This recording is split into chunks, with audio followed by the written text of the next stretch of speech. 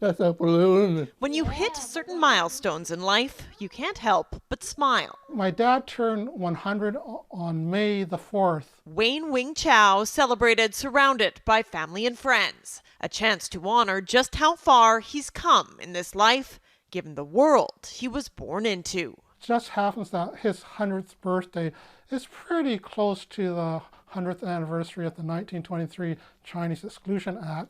At just 7 weeks old, Chow became one of the first Chinese Canadians ever documented with a CI, or Chinese Immigration Certificate. At the bottom of the certificate, it says, "This certificate does not establish legal status in Canada." Throughout his childhood in Cumberland and university degree in Manitoba, he held on to that piece of paper. Is that your dad's store? Well, It was with him when he got married, raised 5 children, and moved back to BC for a job with BC Hydro.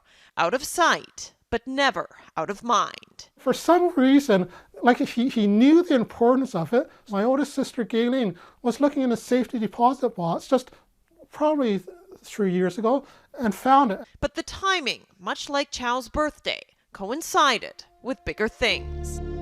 The opening of the Chinese Canadian Museum and its exhibit, The Paper Trail. it sheds light on this history, and it makes it very personal.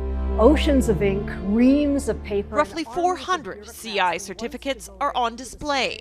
Chow's is one of them, what provides an unflinching look at the Chinese Exclusion Act. I think for Chinese Canadians, it is an affirmation. This was part of, again, our history.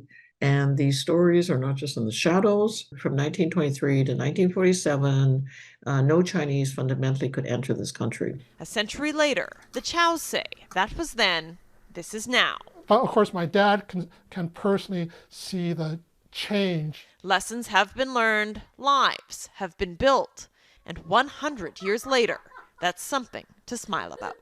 Kylie Stanton, Global News.